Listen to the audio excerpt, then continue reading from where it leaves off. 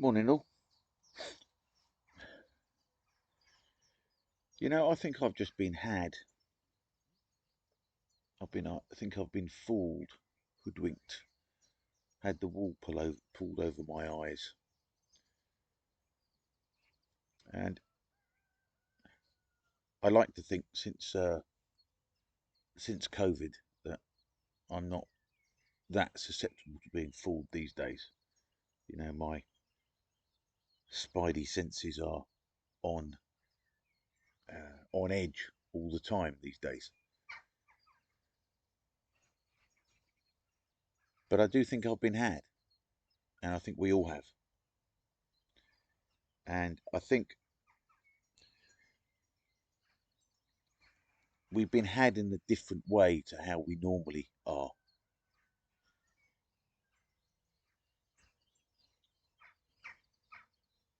We've now got a completely, a really quite unpopular Labour government that has got an overwhelming majority. I think probably the biggest in my lifetime, I think.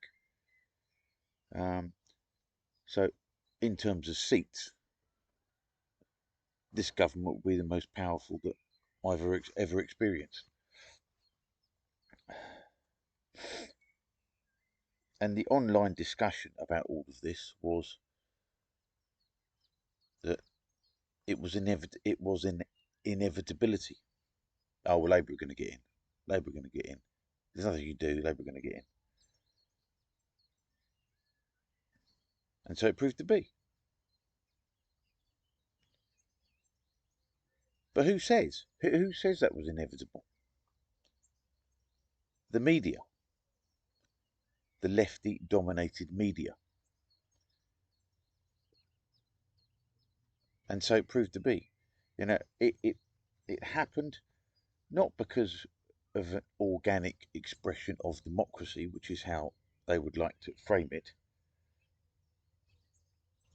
Everybody knows how unpopular this government's going to be and how popular it is even though it's just been elected.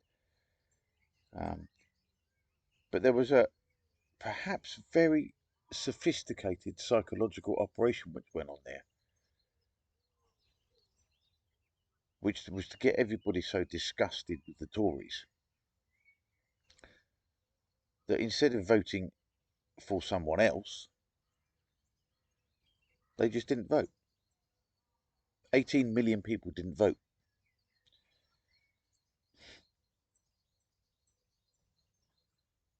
I mean, I might even be right in saying that more people.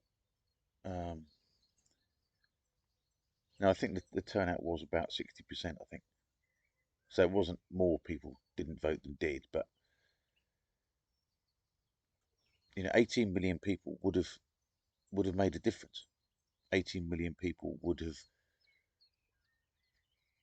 given us a completely different result. So the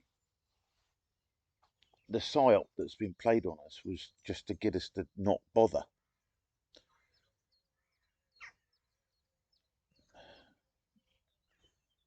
You know, the media are now going all over the papers blaming reform, as if anybody who voted reform would have voted for the Conservatives had reform not been there, which I just don't think is the case.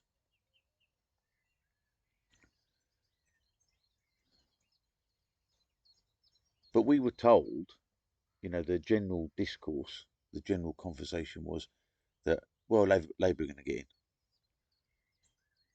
And nobody really challenged that. And neither did I. It was a fait accompli. I mean, that's considering all we've been through. That, in a way, that was pretty clever.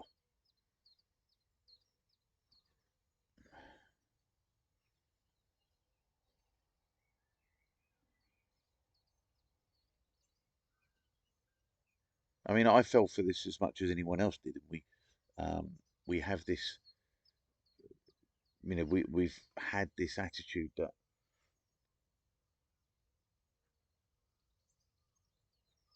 things are going to have to get worse before they get better. Yeah, and that almost certainly is the case.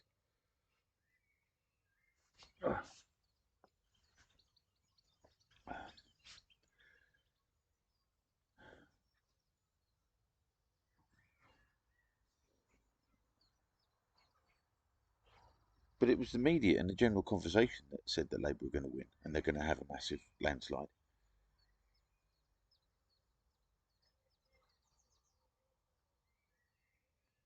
And from what I was hearing, almost nobody was voting Labour.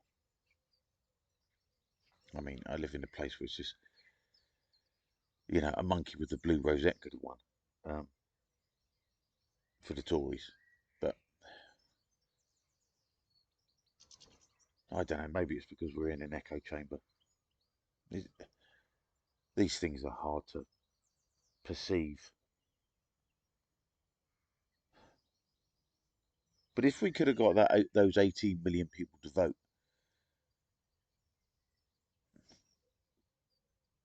at the people who voted for Labour really wanted Labour to win.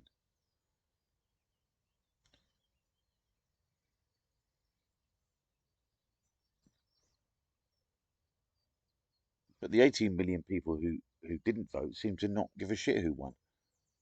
Either that, or they were so demoralised by the media narrative that they thought that there was no point in spending 20 minutes going to vote.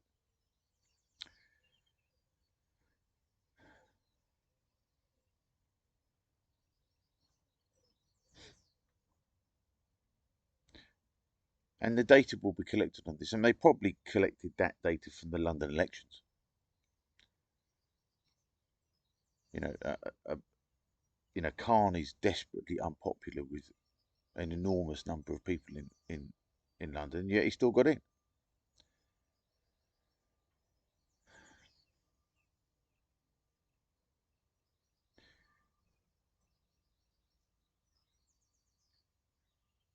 I've said on numerous occasions that there's no voting our way out of this, but there is voting our way out of this if people would use the tools.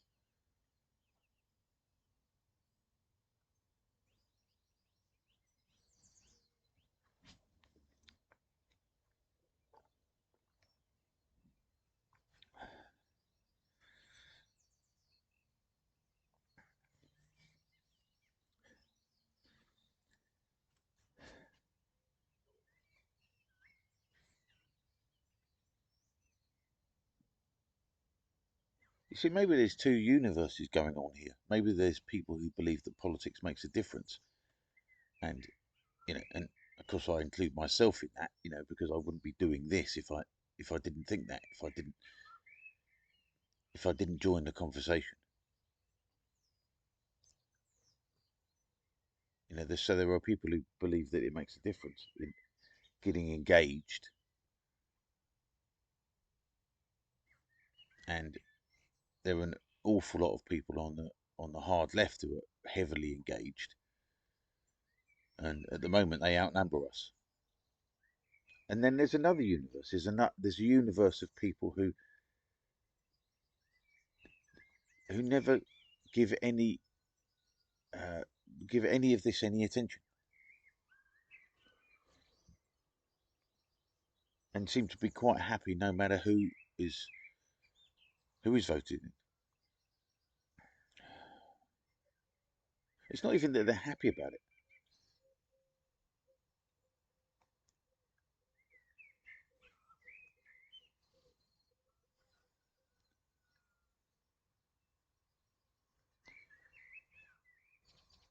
This is puzzling, because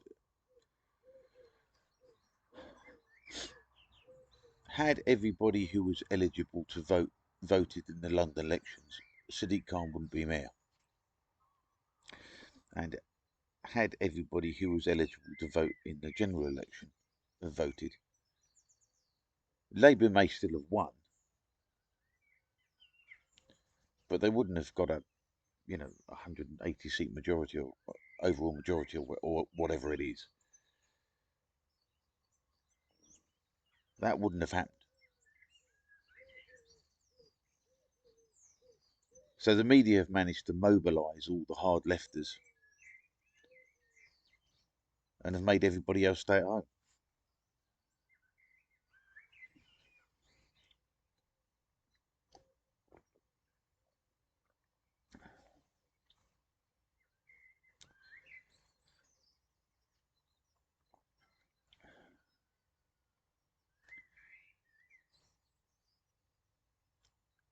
And I don't really know how to reach these people. I mean, during COVID, as soon as you start challenging the narrative, as soon as you challenge the narrative about lockdowns, about Nuremberg Code, about vaccine harms, about ivermectin, about any of this stuff, to most people, it just makes them dig their heels in even further.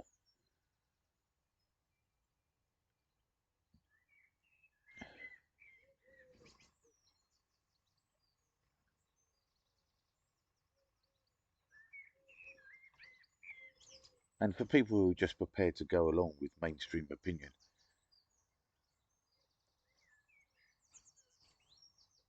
when you present an alternative viewpoint, once again, people just they just become more entrenched. They don't want to have their mind changed. I mean, I guess it's an ego thing, isn't it? Here's this person I'm talking to, and I believe one thing, and he's come along and told me that everything I believe is a lie.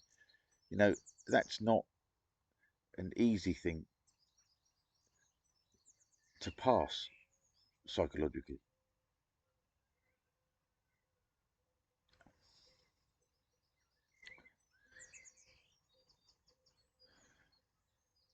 It's not so much,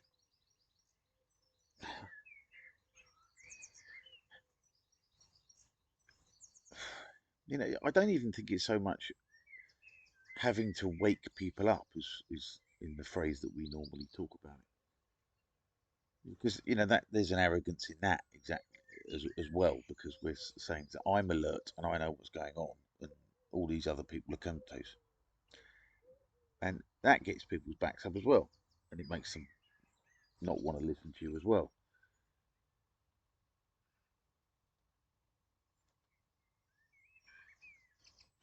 But how is it that you can get this massive bulk of the population to just use the tiniest tool they have, the only real tool they have to influence how this country is run,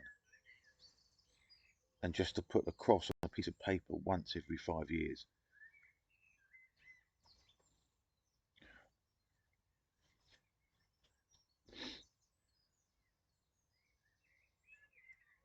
And this is what people in the civil rights movement did in America, is this idea that, the voter registration, that was the thing.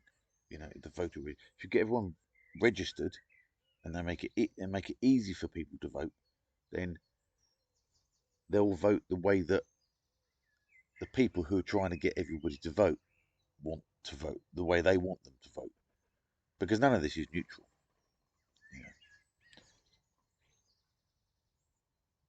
In the same way that the Labour Party think that they want to give the votes to 16 and 17-year-olds, it's not because they want to give the vote to 16 and 17-year-olds, because, you know, they must know, just like the rest of us, how daft 16 and 17-year-olds can be. Um, I mean, that's not the reason. The reason is because they think they'll vote for them. And these recent videos of uh, young people saying vote for they're going to vote for reform has probably made them think twice.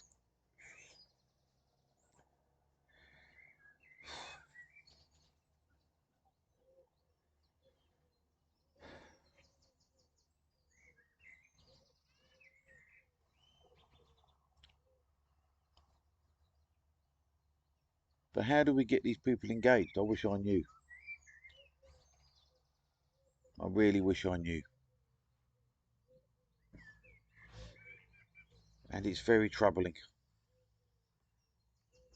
Anyway, stay free.